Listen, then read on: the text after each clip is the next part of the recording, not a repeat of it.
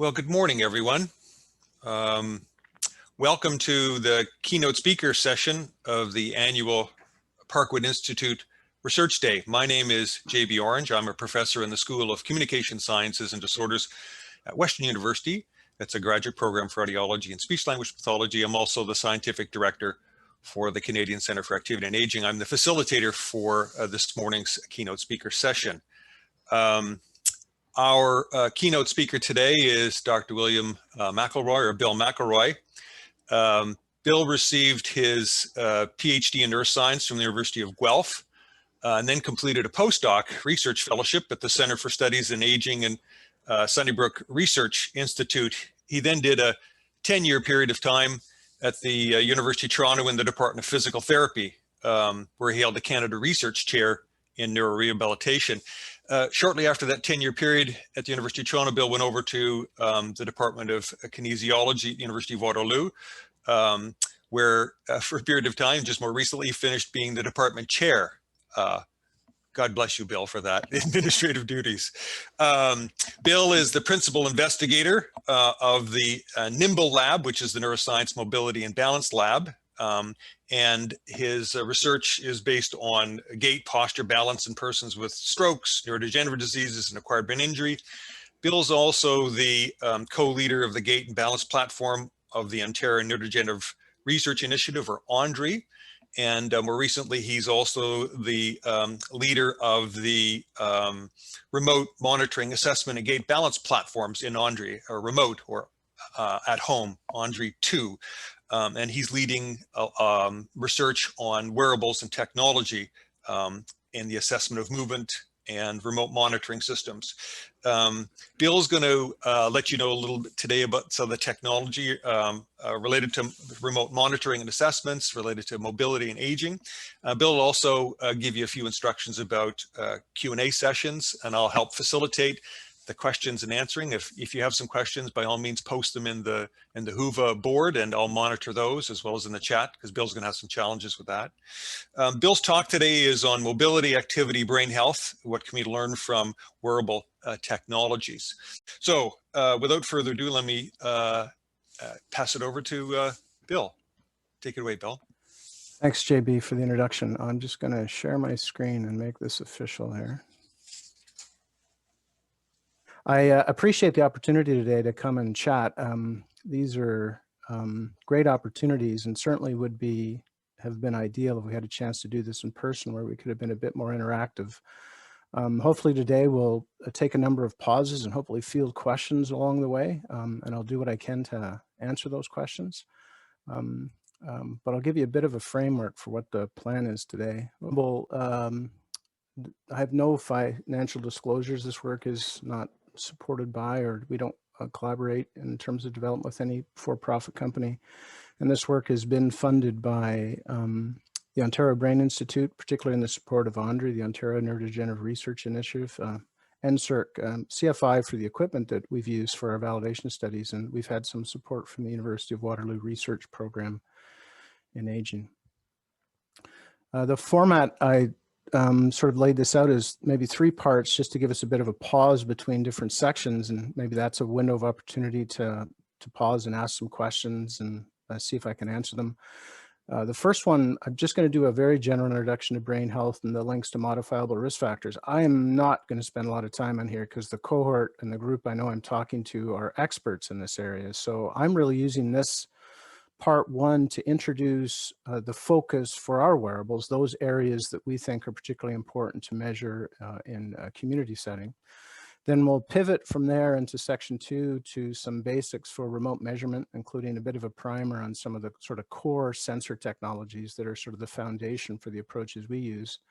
And then finally, we'll move on to lessons learned in using these wearable technologies in neurodegenerative disease as part of the ONDRI at Home initiative. And in that opportunity, I'll get to show you some of the approaches we've been using, some of the things we've been doing, hopefully to ensure success and sort of the long-term use of these, as well as some sample data, so you can see some idea of what we're learning from those. So we'll start with part 1, just as and again, I'm sure there's, you're going to hear lots of other talks to go into much more depth about this today, and I'm just using this to highlight the domains of interest.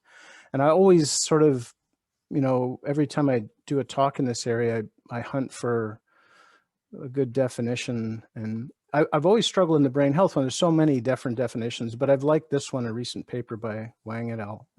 In BMJ 2020. And I like this one because it sort of reflects the diversity of what brain health relates to. And that's going to be part of the theme today, that there are many aspects that we want to consider in terms of what are the things that we think impact or reflect brain health. And so I've sort of been had a bit of a shine on using this definition, where it looks sort of more at the multidimensional aspects of brain function. More practically, in our view, we sort of optimize brain health either to maintain or improve brain function. And again, this is back to thinking, language, movement, and mood, all of those domains. Reducing the risk of brain disease, both neurodegenerative and acute, and of course, slow the progression of degenerative brain disease as that is possible. So all of the things that sort of Andre and others have been working towards is to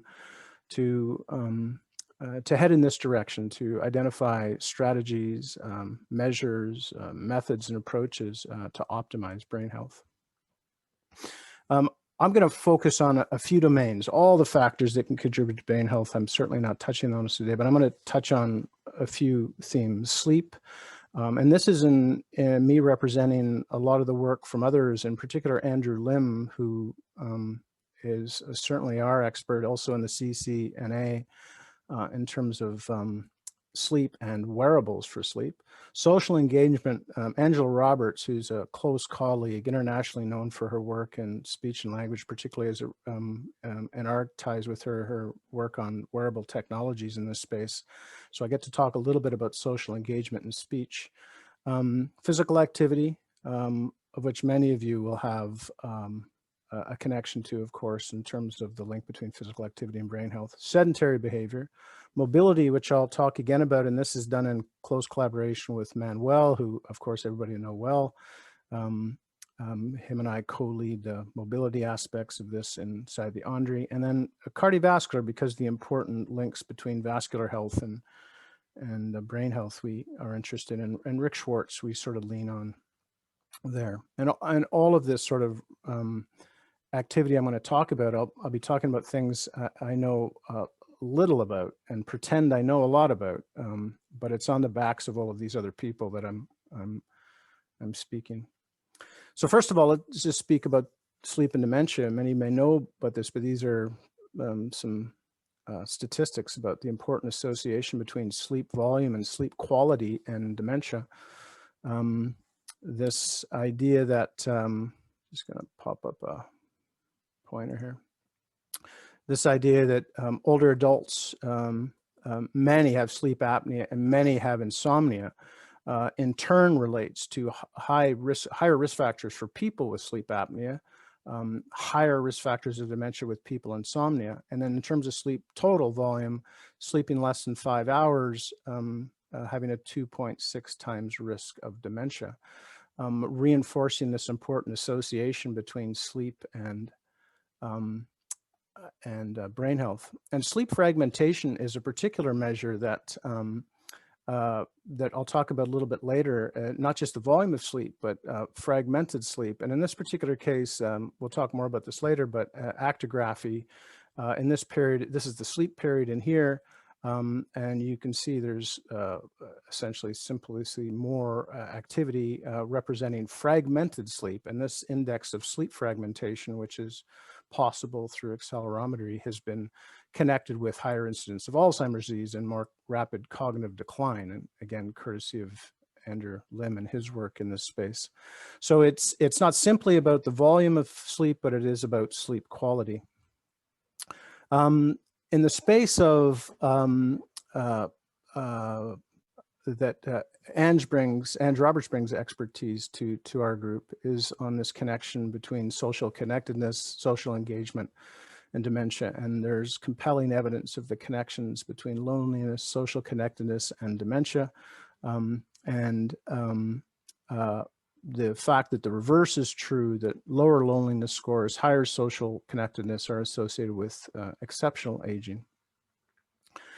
And of course, which I don't need to tell this group much about, the strong link between exercise and physical activity and cognition. There's just this compelling story about physical exercise, cognition, cerebrovascular health, neurotransmitter systems, neurogenic effects via BDNF. All of this has been well documented in the literature. And I think you'll hear, there's, I think in the agenda, I saw many talks that'll speak to this important matter. And of course, there's been many studies identifying this link between physical activity and dementia and many meta-analyses. So the evidence for activity and brain health is very strong, and activity related to risk of neurodegenerative disease is also strong. The one I do want to emphasize, which gets a lot less attention but requires as much attention, is the notion of sedentary behavior. So the notion of increased activity, certainly moderate to vigorous, is in terms of an important dose for receiving the benefits of, sort of the physiological benefits of exercise. We often sort of neglect the lower end of the spectrum, and sedentary behavior is sort of classified as a level that is very low in terms of ATP use. It's less sort of operationally defined as less than 1.5 times sort of resting metabolic energy consumption. And it's typically related to sitting, reclining, or lying posture. So there's a posture dependence in the operational definition as well as an energy.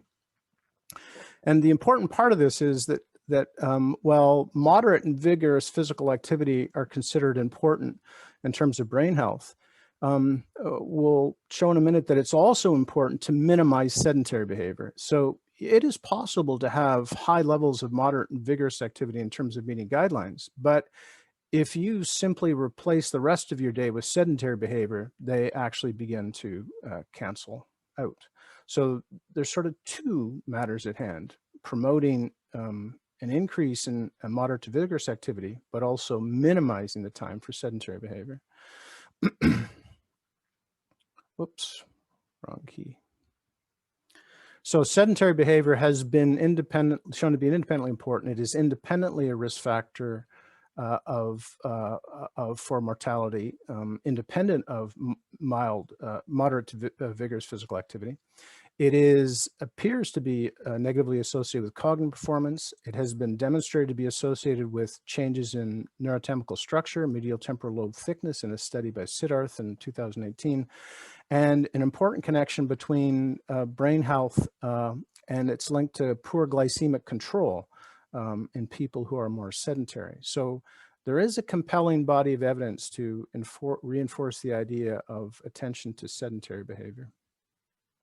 Of course, the Canadian guidelines feature all of those things: physical activity and its recommendations, sleep in terms of recommendations, as well as sedentary behavior limiting to 8 hours, which seems a lot.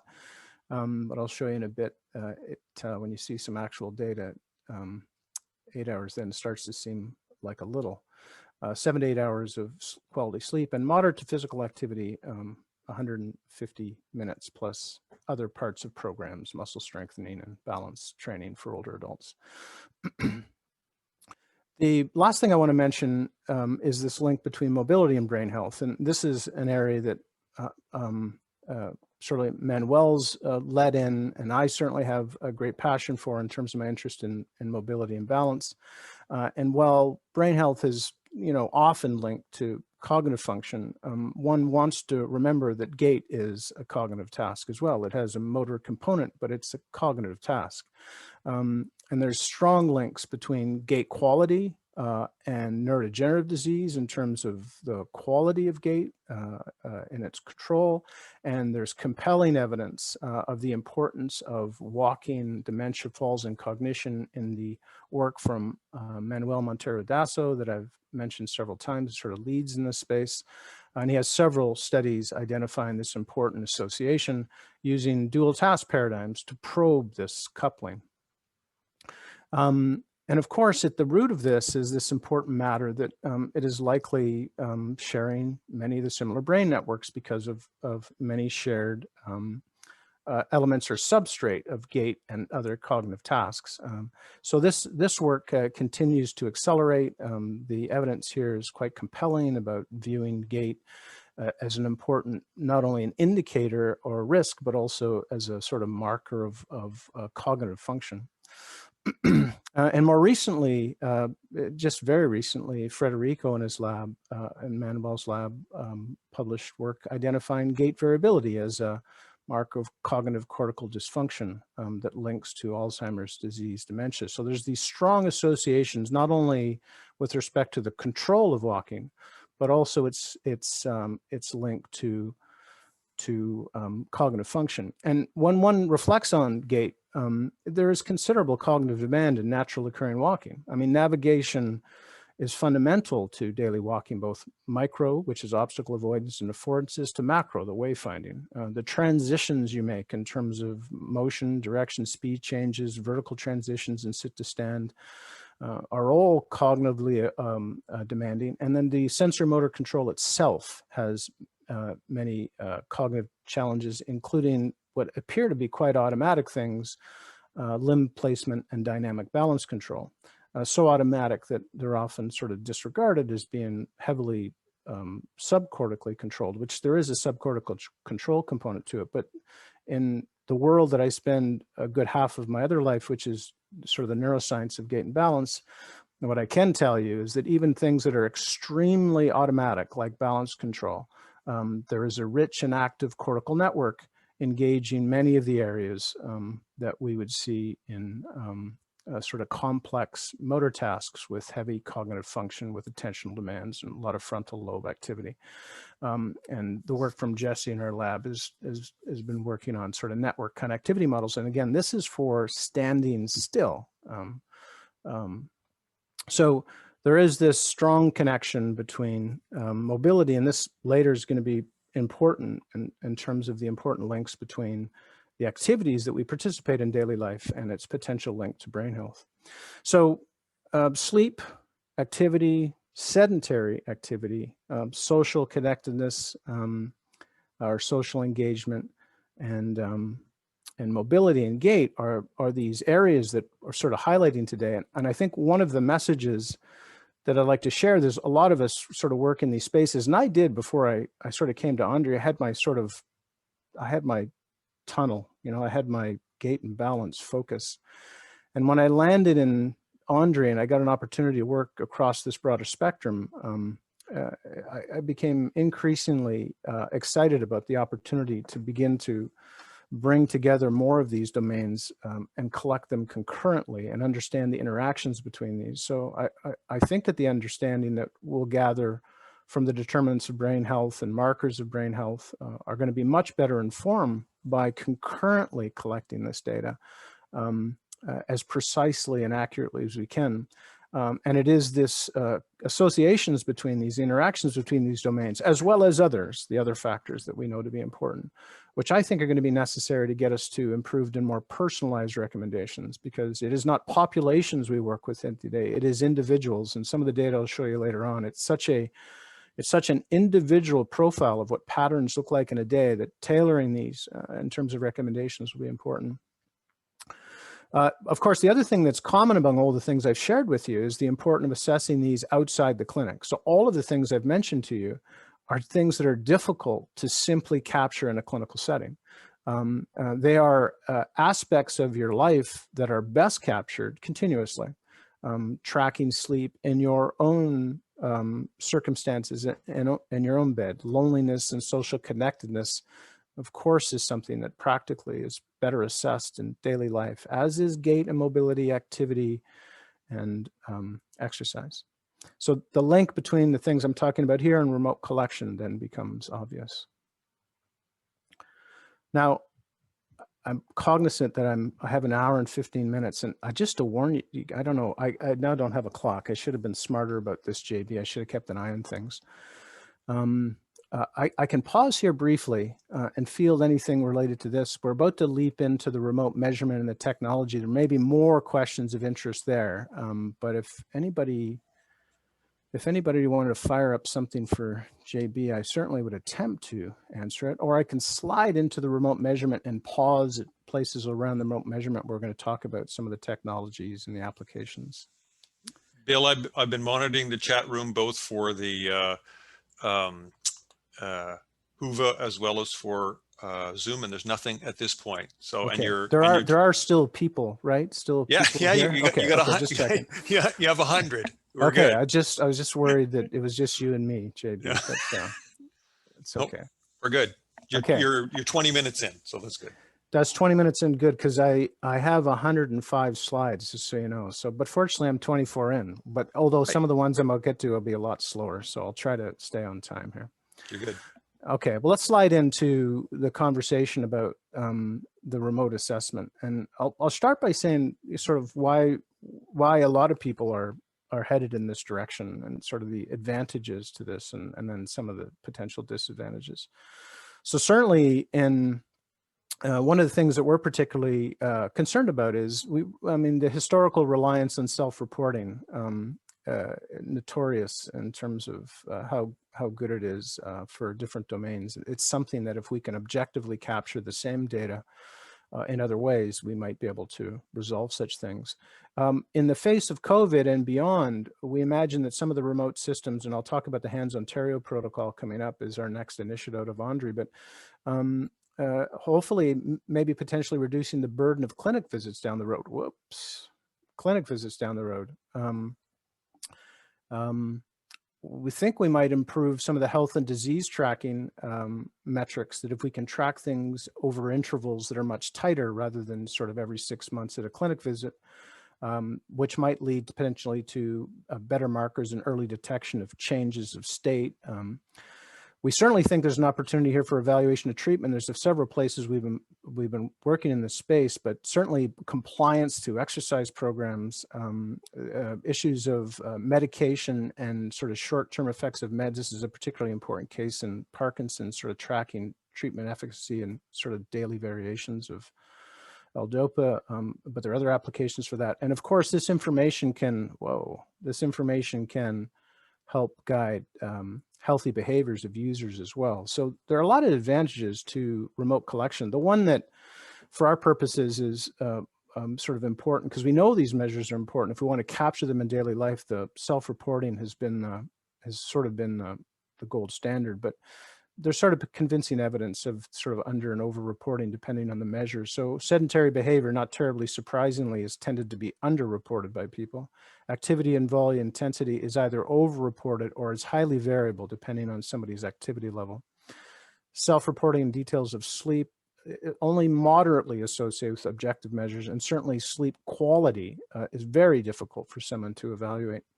And so our sense is that these quantitative measures will help to improve accuracy of our measurements. But this is my first major concern when I came to this space, and I had only been in the wearable space for a few years before we started back in 2011, probably was our first study in wearables in the stroke cohort, looking at inpatient mobility. And at the time, we were building our own widget and writing our own code, but so much has changed since that time. There are so many studies. It's overwhelming, the number of studies that are out there on wearable sensors and technology. And part of the problem now is not just understanding the transformations from the sensor data to the outcome measures, but it is concern that there's a combination of proprietary software that you don't know what they did. There are some machine learning models where it's difficult to understand what the transformations are. And then in some cases, what are relatively standard algorithms have been developed and validated in populations that aren't generalizable. So you need to be extremely careful what comes out of what I suggest is the black box. The black box is all of the analytics that are occurring between the sensor and your outcome. And this is a concern you'll see as we go through some of the data, that it sort of forced us to spin back to get onto raw data and test a lot of these analytics and continue to develop new analytics. There's a really nice paper by Goldsack a couple of years ago identifying the importance of these stages of development. and operationalizing these in terms of verification, analytical verification, and then clinical validation. And all of these things, this whole field needs to be doing better and in a more standardized way. And there's lots of groups working towards this. I'm always struck a little bit by colleagues who will spend enormous amount of time worrying about the degrees of freedom in the statistical approach, or the edits of their manuscript, or the citations, all really important stuff, and then grab a device off a shelf and take for granted the measure that it spits out. And I think we have to be extremely careful about fully understanding what is coming out of these devices if you're not in control of the analytics. So the wearable device, the emergence of wearable devices has been, as I said before, tremendous. And there's many devices that are out there used for a variety of different purposes. And I'm going to show you a few that we use and explain why we've chosen the ones we've chosen. It is an overwhelming field in terms of number and type. It's very cool technology. Many of these things do just remarkable things. I must say that many of them emerge from interesting technology that are hunting for a problem. And we've been careful in our approach is to try to make sure that we're focused on the problem before resolving on which technology we want to use. I think that circle, that approach is terribly important here, because you can get interested in a measure because it's what is possible rather than what is necessary. But it is an exciting time if you're in the space of wearable devices. There are also many ambient devices that are also very cool, and I'm not even going to touch those today, and I should give them more justice. The combination of wearable devices and ambient sensor devices eventually will be the fulsome combination that translates to the best combination of outputs, I'm certain. But I'm going to focus on wearables today.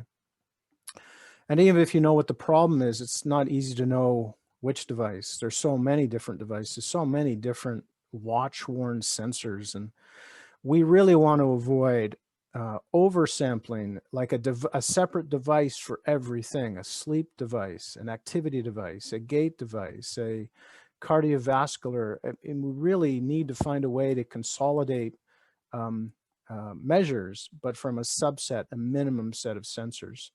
And that's sort of what we are aspiring to do, along as others in this field. The approach that is somewhat unique to a few groups, including ours, is this sort of multi-sensor approach. So there's sort of two descriptions for these: a multimodal approach, which is, converging the inputs from multiple sensor types. The example would be combining, an ECG output with a movement output and sort of fusing that information to improve the accuracy or sensitivity.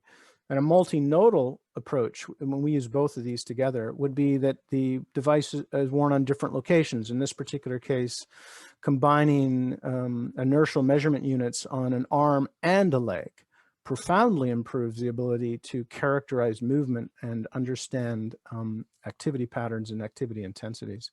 So you'll see throughout our examples, we're going to use a combination of multinodal and multimodal. And really, at the end of the day, I guess the simple statement is we're trying to get away from a single wrist-worn watch, because it's just not good enough for the kinds of things we need. It doesn't mean it can't be part of the package, but it often doesn't contain or doesn't produce the information that's good enough for the things we think we need to capture. So my little mini primer, and many of you may know about these things, but I'll go through this. Just to sort of lay the groundwork for some of the data I'll show. So the motion sensors are some of the most commonly used, and inertial measurement units are these units that contain several different sensor types. They often can include accelerometers and or gyroscopes, accelerometers for linear motion and gyroscopes for angular motion. And almost always these days, these accelerometers are 3 dimensions. So you're going to get an acceleration in 3 dimensions and gyroscope rotation in 3 planes. You also can get on these inertial measurement units magnetometers and barometers and a variety of other devices that help inform the position and motion of that sensor. And basically, these devices are placed on body segments, and the motion of that body segment is going to translate into a signal that arises from these sensors. The sensors are very cool. You know, the accelerometer, the most common one is the capacitive one, which has these micrometer level interleaving of devices that move ever so slightly. And as they move ever so slightly, they change the capacitance between two electrified plates. Very, very small motions. Once you know the motion, you know the mass, you can figure out the acceleration. You know the force and you figure out the acceleration. And so you can accumulate acceleration data in these three planes. Now, the interesting part about an accelerometer is I sort of have one of the ones we use, it's just one of the research grade products we use. If you change its orientation, you can detect its orientation with no difficulty because gravity will have its influence on the sensors, the acceleration due to gravity. So you can get a static information about the position, but you can also get information about motion. So these IMUs contain really a wealth of information about the motion of that body segment on which this is mounted. So what becomes really very important is where you wear these things. Like the arm configuration, which is probably the most common with regard to the use of a watch. But legs, trunk, and hip all provide very different and important information. And the need that you have is going to be importantly defined. It'll importantly define where these should be worn and the orientation in which they should be worn. So we play just this little game. We'll see if this works. So this is a bit of data from a left wrist and a left ankle. And I've just provided that to you. This small snapshot of about 12 seconds worth of data. And this is one accelerometer data with the 3 axes presented. I show this to you to identify the differences between limb placement in terms of behavior, but also how often these patterns are quite revealing. I'll show you what this is. I think you may be able to figure what this is. I'll show you what the video is associated with this. We'll see if this works here. Oh, how am I going to show my little video here?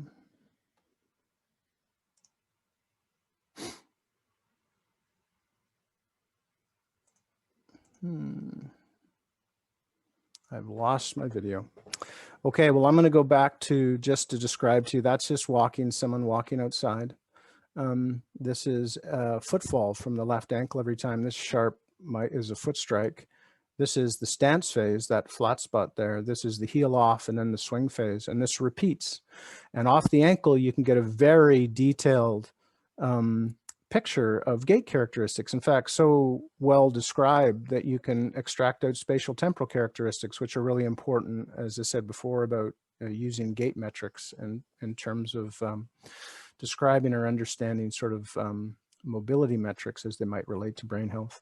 And this is some arm swing that's occurring during gait. In this particular case, it was a robust arm swing, so it's easy to see the arm swing, but you can see the difference in terms of the potential ability to extract information from an ankle versus a wrist for the purposes of walking.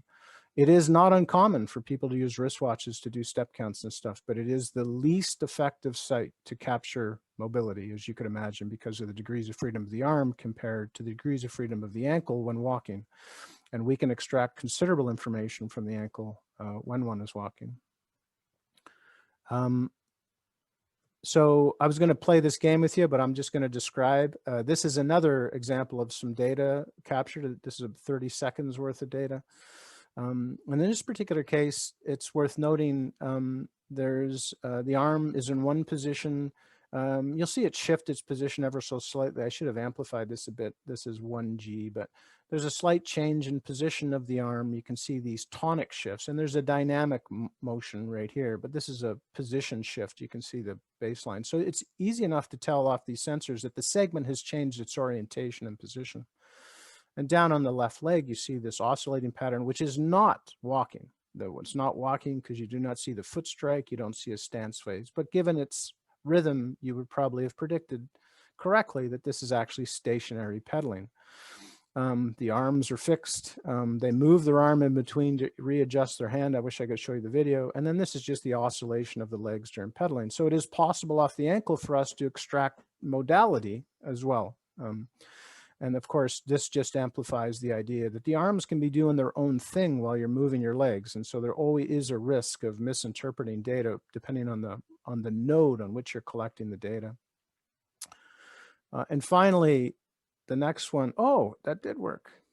Let's just see it go. Oh, I thought it worked.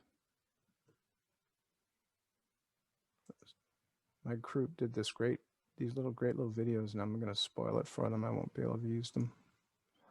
So sad.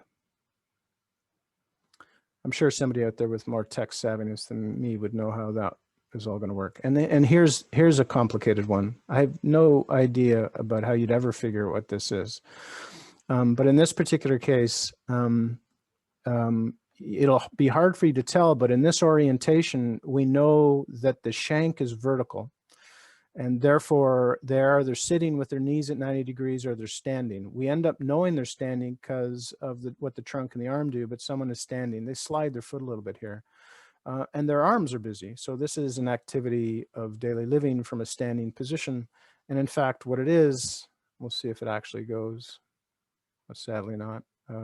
Ben Cornish, our grad student who collected data continuously, was making a pizza. And this is actually him kneading the dough right there. I raised this one because it is from the arms, given the degrees of freedom, it is almost impossible to figure out what the arms are doing at times without an underlying pattern. You can get a sense of, left arm versus right arm, bilateral activity, synchronized, but actually activity classification is extremely difficult from the upper limb because of the degrees of freedom. It is possible if you have lots of data around which to compare it to, but if you're just visualizing it, it's very difficult to interpret at times. Now, I raised this other, this is also a motion sensor, but this motion sensor now is placed at the sternal notch. This has accelerometers in it just like the other ones, but the gain is much, much higher. And these are actually the sensors that Andrew Roberts uses to detect speech. So this is an IMU. It has a very sensitive accelerometer in terms of very high gain. It's positioned in a location to measure vibrations near the throat, which could be speech, swallowing. It could also be ventilation. It also gets body position. So in this location, we get and with the right accelerometer characteristics, we get a very different opportunity in terms of data we can collect. And right in here, they did some structured tasks. The one that really stands out here is the talking. So these bursts of higher frequency oscillations or vibrations are talking. You can also pick up, because it's a trunk-worn accelerometer, you can see the impact of walking. So it's possible at the trunk. We'll come back to that later. And you can also see things like swallowing. So where you position these and the properties accelerometer give you a tremendous ability to extract a variety of measures. And this is the opportunity that's afforded us as we're moving forward in this remote measurement space. Again, though, the principle here is the sensor is the same. The sensor is essentially a capacitive accelerometer. On the other end, of course, we have sensor types that are bioelectrics. Electrocardiogram, of course, everybody knows about. We use ECG as one of our measures routinely, although we continue to look for different types and brands. This is sort of a classic 3-lead setup to capture ECG. One of the things, though, in this space is the concern about the number of electrodes in the placement. So there are, I'll mention briefly the Apple Watch in a minute, which is a very cool bit of technology, but of course it does it very differently than we would in this case. We've also used several devices that are 2-lead that have leads very, very close together, and I'll show you the downside of that in just a moment. But ECG is possible on very small footprints. In fact, I have this one in front of me. This is one of the ones we use. That's the actual, it's hard to see how small it is, but that's the actual amplifier and data logger for a 3-lead ECG that we use as one of the devices we've been playing around with. So the footprint on those is very small and people can wear them for extended periods of time. The concern with the ECG data is the noise that occurs during everyday movement. When you're quiet and at rest, all of these devices are really good. You get really sort of good quality data. This would be an example of sort of good quality data. But we can also start to see all sorts of noise and artifacts. Some of these arise because of the device. One device we had a problem with connectivity, so it would often lose its contact. Other devices are just really prone to movement artifacts. So there's a fair bit of movement artifact. You can see the ventricular contraction sort of tucked away in here, but there's a lot of movement artifact. And there are other signals like this are just simply a disconnection problem. That's simply the thing's disconnected. You can tell because the amplitudes are very, very low. So ECG is something that we're really interested in, but the analytics continue to improve, but the signal and noise issues need to be addressed if you're going to be interested in the data all the time. If you're simply interested in the data intermittently, particularly when you're at rest, there's lots of options like an Apple Watch that seem to do this fairly well. The other common sensor type is photo optics. And so photo optics, and for those who have Fitbits or Apple Watches or other devices and the lights on them, is all the photo optic sensor approaches. And photo optics are used in generally one of two ways. Photoplethysmogram, PPG for blood volume, or oximeter for blood oxygenation. And it really, the principle is pretty straightforward in terms of having a photodetector, which is going to collect the refracted or the transmitted light from a light emitting diode. So you either do it in a transmission mode, which is often the case in a finger application, or a reflection mode where the signal is reflected back into, and this is the one you would see on a wristwatch where the sensor, the light and the sensor is on the back of the watch, and they're reflecting, using that reflection approach in photo optics for measuring blood volume. And if you have blood volume proxies, you can get an estimate of heart rate, of course. For pulse oximetry, all that's really different between these is really the wavelengths that are being used. For pulse oximetry, it's a difference between infrared and near infrared in terms of the reflected light or the transmissible light based on deoxygenated and oxygenated hemoglobin. So you can detect the amount of blood oxygen using this approach of photo optics. And for blood volume, you'll often have seen a green or a red light. There's sort of a little bit of a debate about the pros and cons of red and green light, but they provide slightly different signals, but similar sort of outcomes. You can get estimates of blood volume and therefore an estimate of blood of heart rate. And so this is why the Fitbit and others are able to give you a measure of heart rate based on a photo optic sensor using the principles related to PPG. And the interesting and more exciting opportunity is the coupling of ECG and PPG, because the combination of ECG and PPG then allows you to calculate pulse arrival time and therefore a proxy of blood pressure. So in this particular case down here, if I have ECG and I know the location of my my sensor for PPG, I can calculate the time to peak, and that allows me an estimate of pressure. And this is one of the approaches, a multinodal approach that's becoming increasingly popular for estimating blood pressure in an ambulatory way.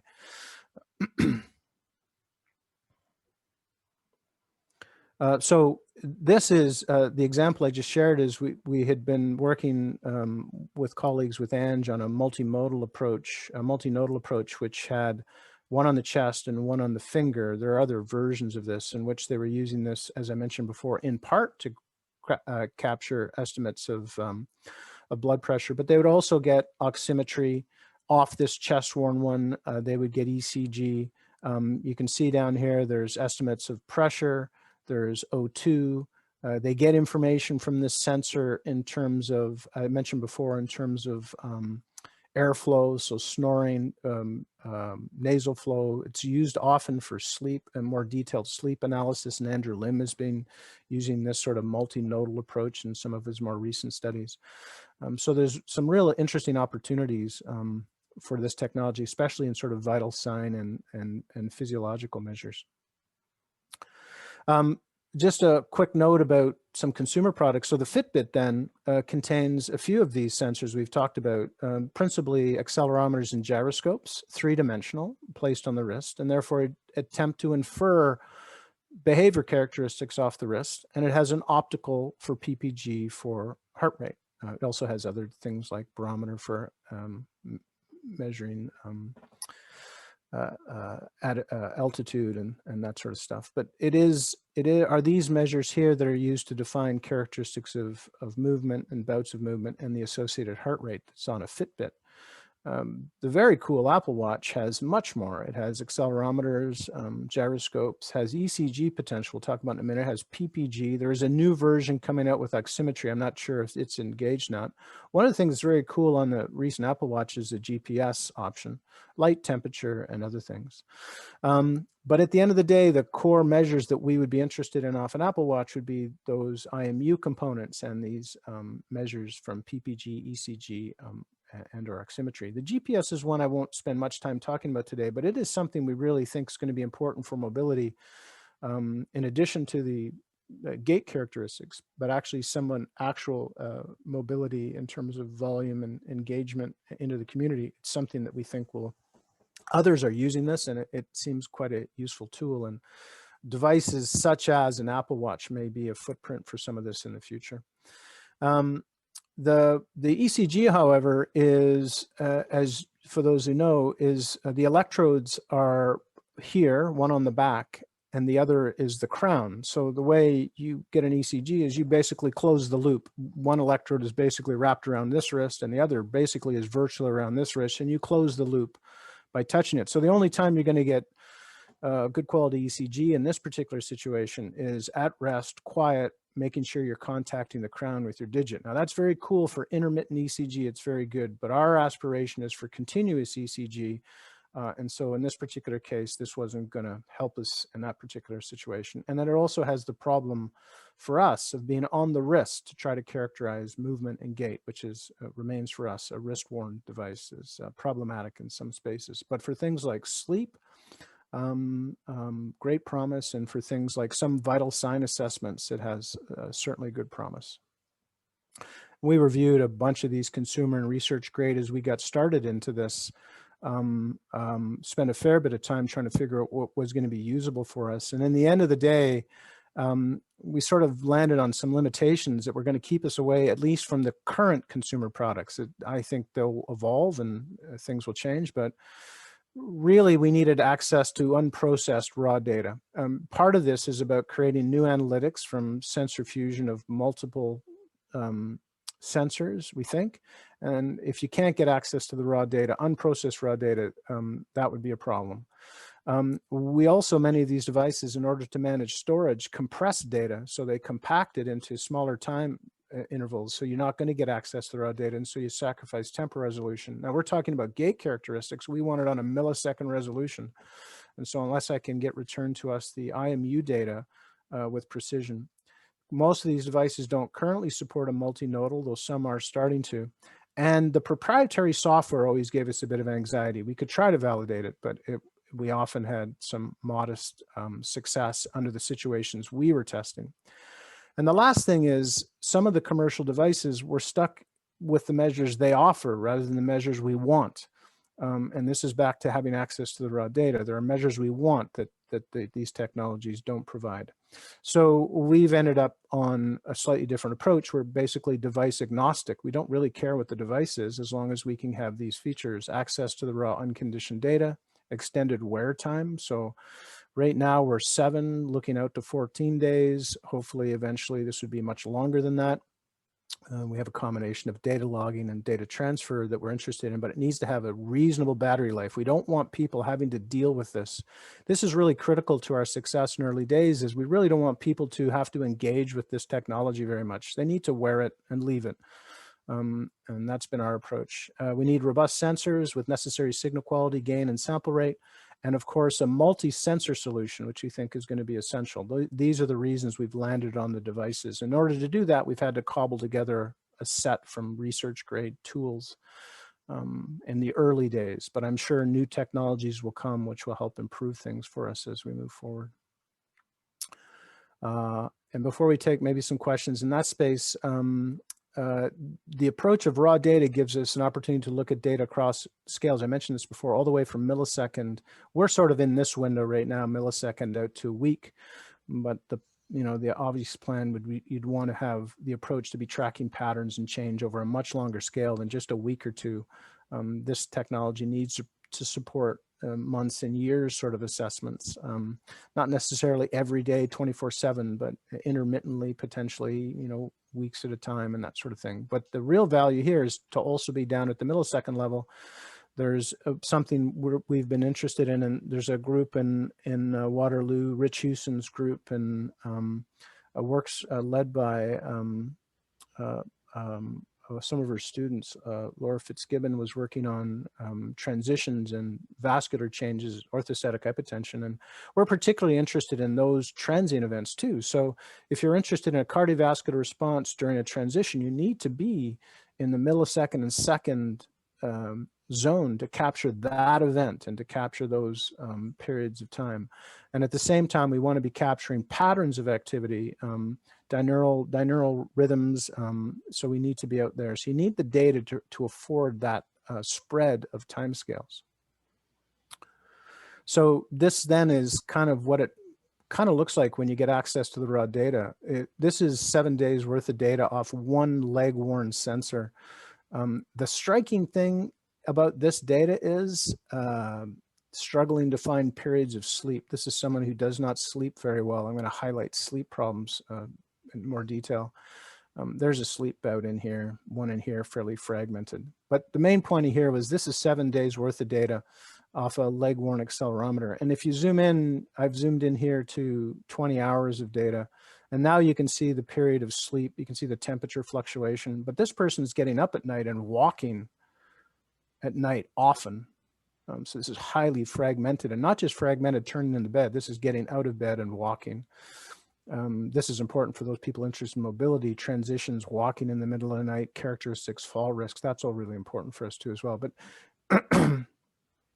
if I zoom into this one bout in here, this one, what appears to be a bout on a 30-minute bout, it turns out there's a transition, a sit to stand, a lie to stand actually, and then periods of repeated walking in a standing position. We don't have context. Here's the downside of wearables. We don't know the context of this, and this is something that is actually a limitation at times. You can often describe the behavior, but you don't know the circumstance and situation. That's why ambient monitoring will be an important adjunct as we go further in. I can zoom into this 30-minute one and get into 100 seconds. And now I start to see the bout characteristics. I can see some variability in step timing. I can see a pause in the gait, and then what appears to be a fairly high frequency gait, which is concerning a little bit about potential instability. And then if I zoom even more into the second category, I can then start to see the individual footfalls. And now I can calculate swing time, stance time, which limb is moving, that sort of stuff. And this is on the gait initiation phase. I pulled this one out as they're starting to walk in one of these bouts. So I show this only because with sufficient temporal resolution, you can work across a spectrum of time periods, one to the pattern of activity over days and weeks, down to looking at very specific events in very short time frames.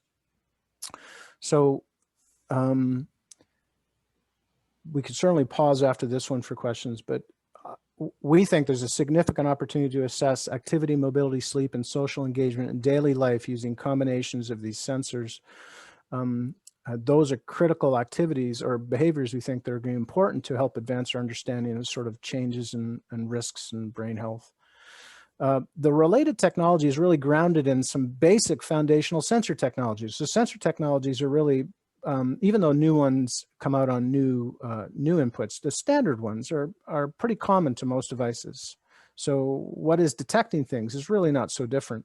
What is different are the analytics, and what is different is the combination of sensors and sensor fusion. That's what becomes different. The existing consumer grade devices, while they're really remarkable, I mean, they really are cool technology. Right now, they're limited in their ability to meet the needs when used in isolation. And we absolutely believe that a multi-sensor solution is going to be essential to meet the needs of users, clinicians, and care providers. If we're going to get all of these things plus others, we're going to need more than one sensor to achieve this. And so what we'll talk about in a minute after some questions is how we're proceeding to do that. Is it feasible to do something like that? Great. I should pause here for sure, JB, right? Yeah, thanks, Bill. I've been monitoring the Whova as well as the Zoom, and there's been one question that came in, and I think it's probably timely now, given your summary of these detailed multimodal approaches or sensors. A question arose: what are ambient sensors? Oh, I'm sorry. These would be sensors that are mounted in your home, so they would pick up. Like a sensor could be, you could have a motion detector that's placed in your house, and as people move by it, it would pick up motion. So it would have it would be pinned in space. So you'd know if you moved into that room in space. So I'd get some context. It could be a temperature sensor that detected the ambient temperature of your house. It could be, it's not on you, it's in the environment. I guess I should have said it more clearly. And the value of those things is it's going to give you a little bit of context about either where you are in space or other measures that could inform your wearable devices. Sensors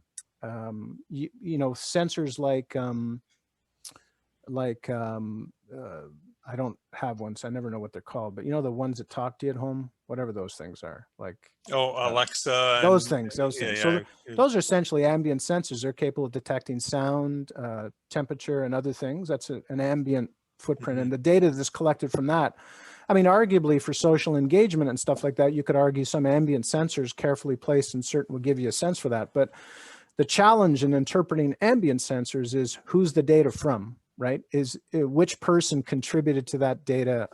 So it is a combination, I think, of ambient and wearable, which will help inform us better in the future, but that's what ambient sensors are. So could it be, for example, you have cameras posted in different rooms of the house and monitoring that? So there are certainly lots of groups that do a camera version. I think the cameras are, so we went to wearables for a couple of reasons. One, the physiological measures and the movement characteristics are really only easily captured, and they're relatively easily captured on wearable devices. But I could also capture movement characteristics from cameras. We do this in a lab all the time. So I could retrofit a space. But the feedback we get about placing cameras in people's homes and stuff like that, there's a lot of obvious pushback about that. Now, you could use cameras that are not visible light cameras to do these things and stuff like that. Even microphones in people's homes, even though people are comfortable, I think, with Alexas and Siris and all of that. I don't have one. I'm not comfortable with it, just me. But just those sorts of ambient sensors, there are some people obviously concerned about privacy issues and stuff like that. So we found that the wearable sensors, especially Ange's approach, working with the group out of Northwestern, is a really elegant approach to speech, right? Because you get vibration that she's able to reconstruct into speech, but you're not actually recording sounds. So unless you can decode the signal, which you need the algorithms to do that, you're not really hearing what anybody says, and it's only from that person. Now, the downside is if you want a conversation, you got to place them on two people, but it's quite an elegant approach to solve the problem of having carrying microphones around. Thanks, Bill. I've got another question here about what clinicians, or some suggestions for clinicians to look at or use the data that are available for patients who are wearing consumer devices. Yeah, I'm going to talk a little bit about talk a little bit about sharing this information and the usability of this information. This, for me, is the single biggest thing we have to get right going forward. I think it's such a great question. My only anxiety about commercial grade devices is, what's the purpose of that device and what sort of precision you're trying to get from the device. And we do worry a little bit, particularly in the folks that we work with who tend to move a lot slower. The detection, a good example is we had somebody we've done several studies with wearables. One was in a long-term care institution and a retirement residence, really, a great institution, the Schlegel Research, the Research Institute for Aging that's sort of supported by the Schlegel Institute. And it's a really great facility. And we had an opportunity to collect some data in that group, and we had used our wearable devices, and we had a commercial grade device and compared against the research grade. And the commercial grade device came back one day on an older woman she was 90 years old. She the data came back and said that she was not anywhere near her moderate to vigorous exercise levels. In fact, she was, it was that big red thing. It just was a red flag to her when she saw the data, and it gave her great anxiety. And so now let me describe to you what she did. She walked all the time. She delivered the mail in this facility. She rode a recumbent bike, stepper, for an hour every day. She was clearly meeting and exceeding any activity guidelines. And the reason it wasn't getting detected is the recumbent cycler was not moving the arm, so it was not being detected. And she walked delivering the mail with a walker. So her arms were fixed to the walker. She was active. And as a level of workload, she was working at a high workload when we looked at our sensors. But the consumer grade sensor didn't detect anything. So it came back and said she needs to be more active. And this caused just terrible anxiety, as you could imagine, because she's busy being active. So I've always had this concern about making sure that what is the purpose of that sensor, and is it actually measuring what you're hoping it's measuring? I mean, if you can use a commercial grade device and wear it on a different body segment and use it. If someone has high activity levels, these sensors are really good. The Fitbit can detect stuff, but when the movements start to be, attenuated in amplitude, and people move differently,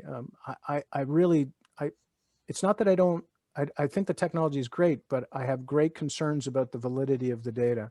So if someone asks me, what should I do with my consumer grade stuff and share it with somebody, my first concern is, are you sure the data's right? So one of the things we're trying to do in this next part I'll describe to you is sort of inform the analytics and the approaches that maybe the next iterations of these wearables will be much more suitable to interpretation by the users and clinicians. But the more interesting part, I think, as part of that question is, how do we get that information from the device to the various stakeholders in this? Like, how does a clinician practically get this information and deem what is usable and not usable? Such a great question and no answer. And that's why I rambled for 10 minutes, because I didn't really have an answer. It's such a great question. I'll talk a little bit about it at the end. I don't have a simple answer for it right now. Thanks. Thanks, Bill. I also want to point out that we've also got about 60 or 70 folks who are listening on their phones here. So if they're able to type in questions, because I'm not sure the phone is active on the audio side, but that'd be great. I want to make sure that they have an opportunity to ask questions. Bill, I also want to point out the time here. It's 10:35 and we've got about another 10 minutes to go. So oh, that's it, eh? Okay. we're at 10:45. So okay, so there's no way I'm getting through 50 slides. So I'm going to cherry pick the rest of the way here. Right. I just want to let you know that. Sure. Thank you. I appreciate that. I'm going to skip through a bunch of things, I'm sorry to say, and I'd happily share my slides if people wanted them. So I'm just going to, one of the very first important points that we think is critical to success in this is stakeholder input, clinician, user, care providers input on what's important. We did this as part of the Andre initiative. It was what drove our measures. It is making sure the measures are meaningful. And one of the things that came up all the time in our neurodegenerative disease cohort is they wanted measures of things that were difficult to communicate to their healthcare provider, things that they knew happened day in and day off. So breathlessness, communication, swallowing, on-off states, confusion, day-to-day status. These were things they wanted an objective measure of so that they could more easily share their occurrence with their clinician. It is one of the real advantages, if you do it right, of wearable devices. We, just as a bit of a sense of the scope of what's possible with a small number of sensors, we currently are generating these measures from what essentially are a combination of 3 sensors. Obviously all the sleep metrics. This one around some sort of vital signs stuff, more sleep, speech and social connectedness, which is largely based on that speech, the sensor that I talked about, Ange. Body position, gait bouts, gait quality, physical activity intensity. We have different levels of that. And then the ones that are sort of in the discovery phase, which are new sensor fusion or agitation, dual tasking and gait, stress and anxiety, dysautonomia. All of those are, we believe, to some degree possible with this multi-sensor approach. What I'm going to focus on is just showing a bit of sample data on some of the domains, but I want to go back to that point that was raised about using the information.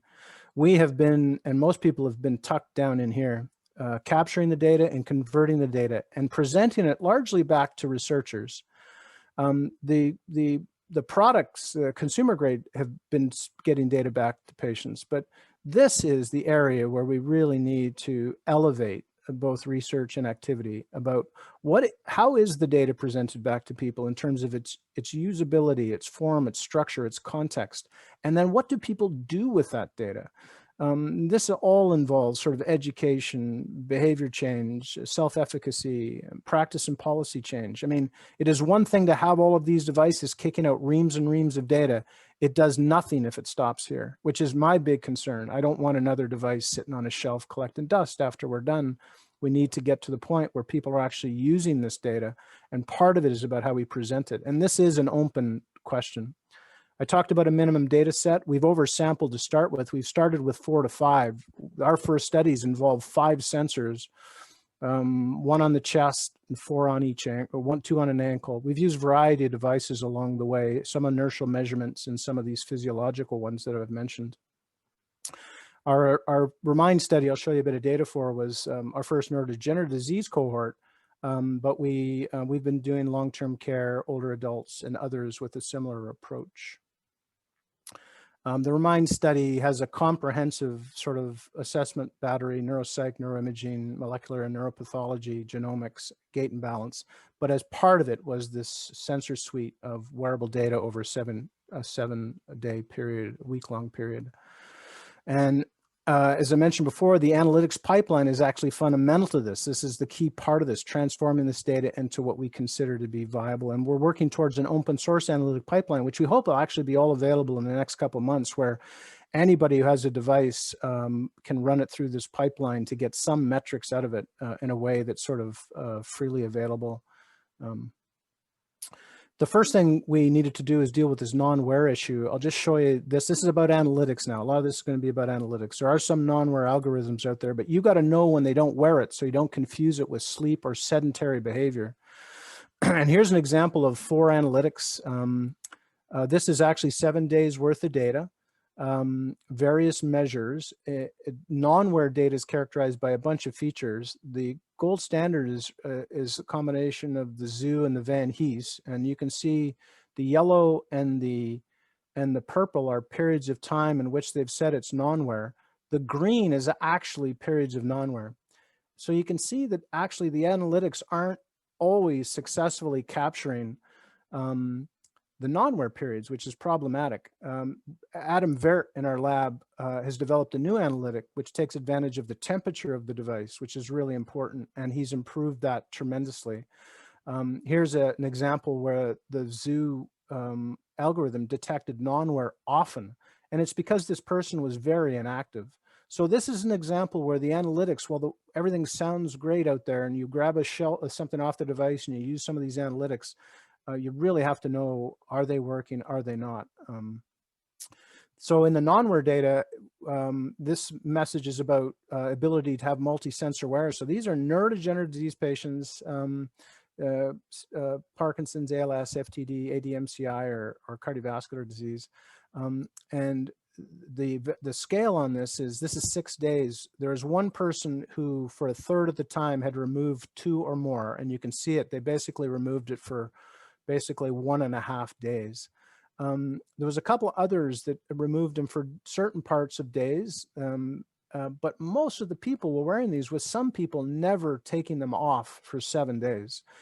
They reported that this was, and when they did take it off, you'll see them cluster. Here's a good example of clustering. This is somebody who took a shower same time every day, and they took them off. You can see that's repeated days over there. There's the 5 days. So this is doable. People are willing and able to wear more than one sensor for an extended period of time. Our compliance rates were 97, 98% when averaged across the cohort. The key issue was comfort and tolerance. They would like to have better, smaller devices look better. Ours didn't look very good. These are all really important things as we go forward.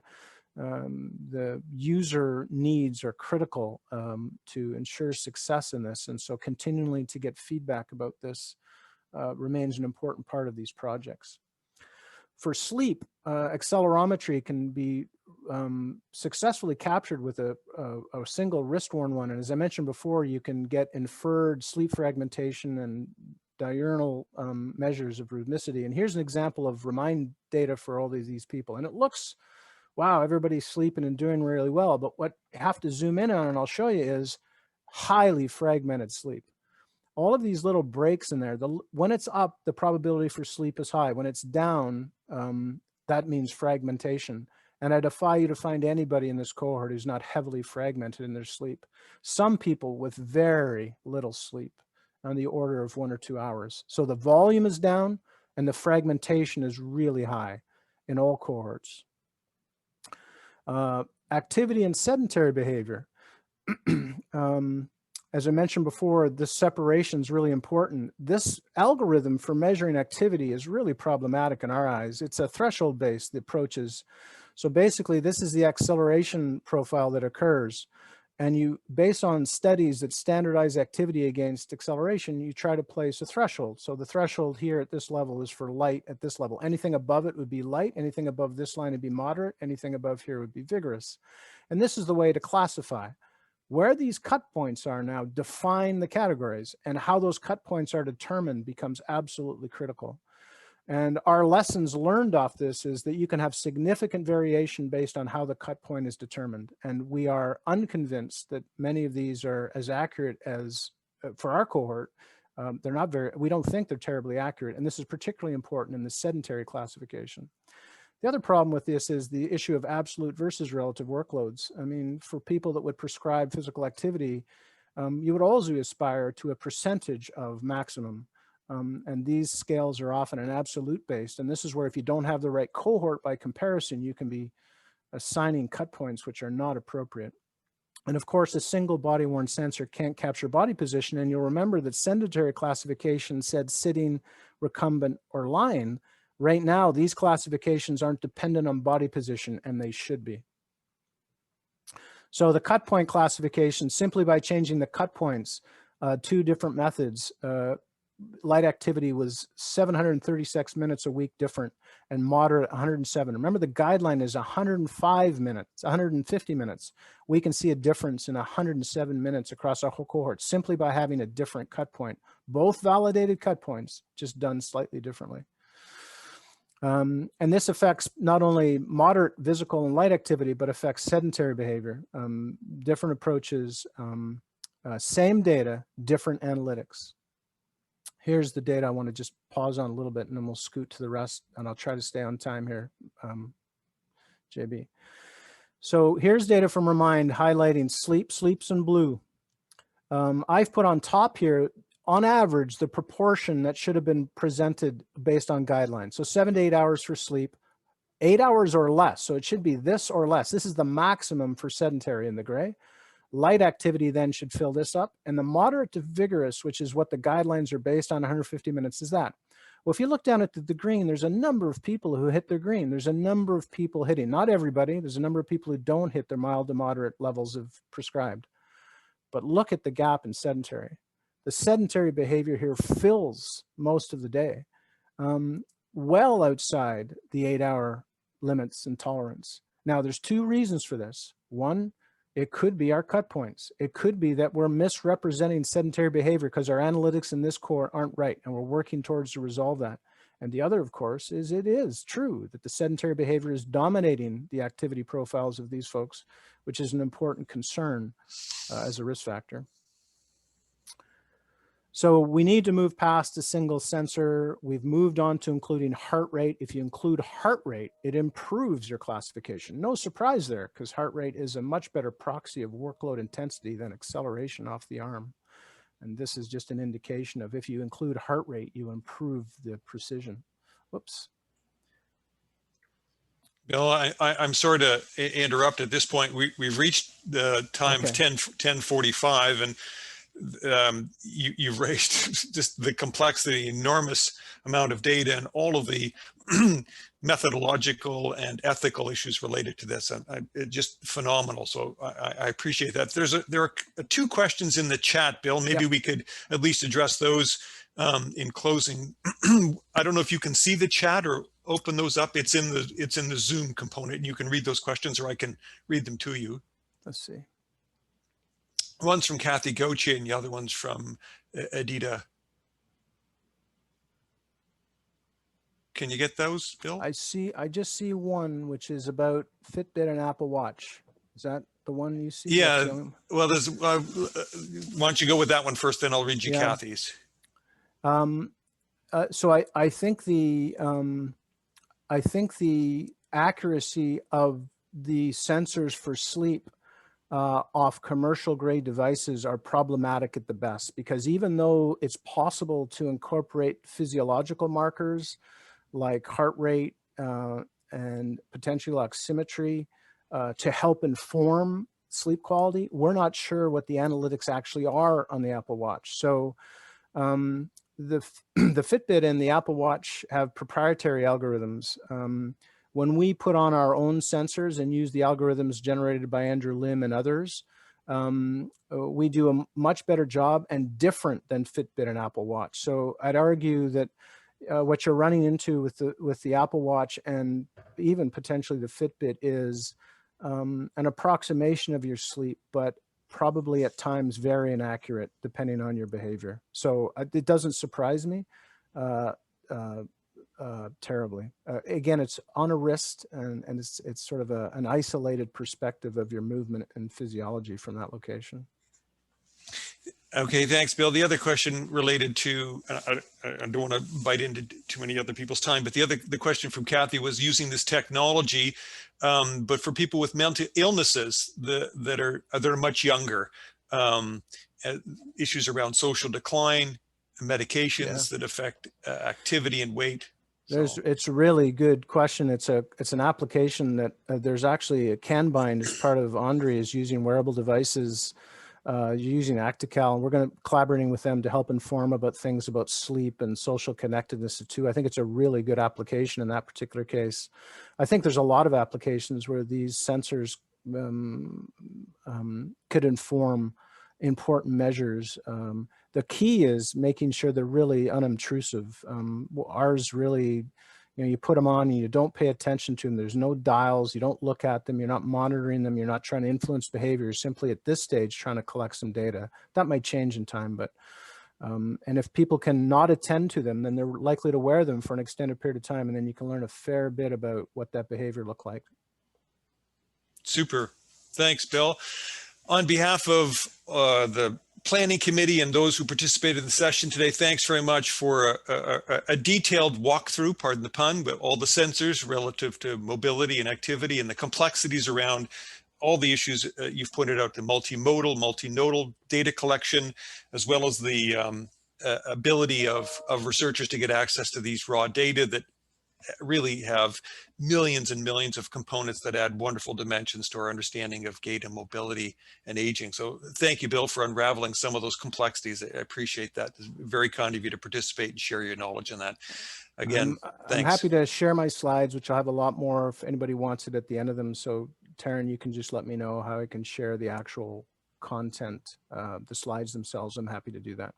That's gracious of you, Bill. Thanks very much.